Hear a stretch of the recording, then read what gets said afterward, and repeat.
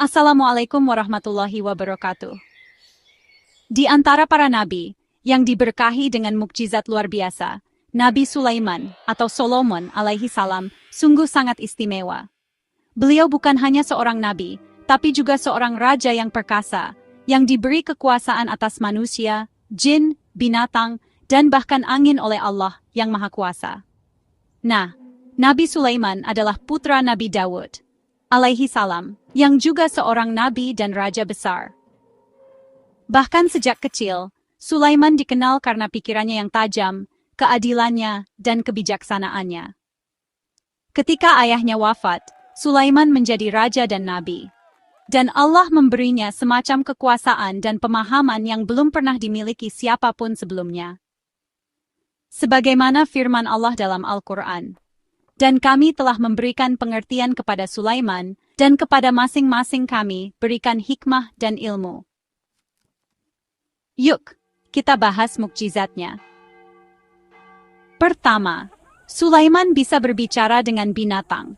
Beliau mengerti bahasa semut, burung, dan segala jenis makhluk.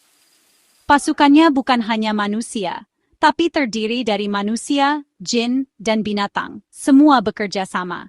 Beliau juga menguasai jin.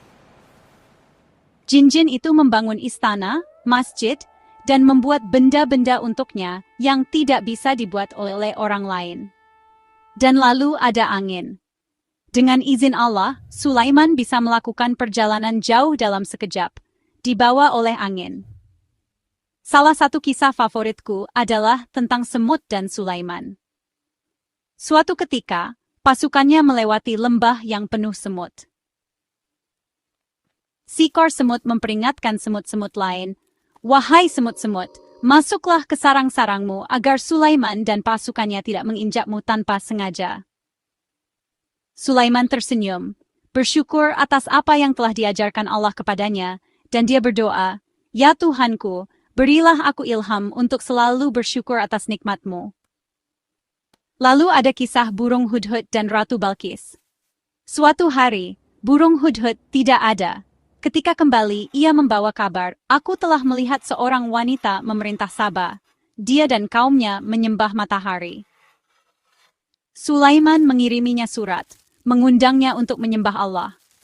Akhirnya, ia mengunjungi kerajaannya, melihat kebijaksanaan dan mukjizatnya, dan mengakui kebesaran Allah.